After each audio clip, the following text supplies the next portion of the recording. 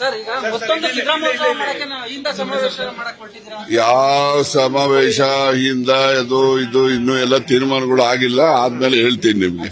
ಚಿಂತನೆ ಇದೆಯಾ sir?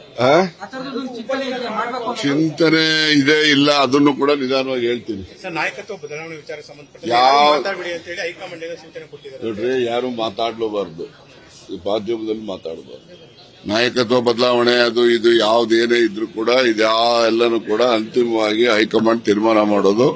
High command ಏನ್ ತೀರ್ಮಾನ ಮಾಡ್ತದೆ ಅದು ಎಲ್ರಿಗೂ ಕೂಡ ಅದು ಬೈಂಡಿಂಗ್ ಇರುತ್ತೆ. ಈ ಸದ್ಯದಲ್ಲಿ ಯಾವುದೇ ರೀತಿಯ ಗೊಂದಲಕ್ಕೆ ಅವಕಾಶ ಇಲ್ಲದ ರೀತಿಯಲ್ಲಿ ಇರಬೇಕು ಅಂತೇಳಿ ನಮಗೂ ಅನ್ಸಿದೆ, ಅವರು ಹೇಳಿದ್ದಾರೆ.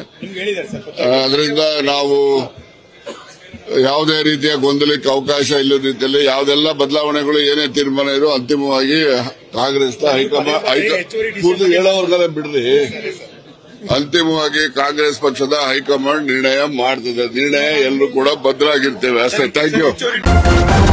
ನ್ಯೂಸ್ ಫಸ್ಟ್, ನಿರ್ಭೀತಿಯಿಂದ ನಿಮ್ಮ ಪರವಾಗಿ.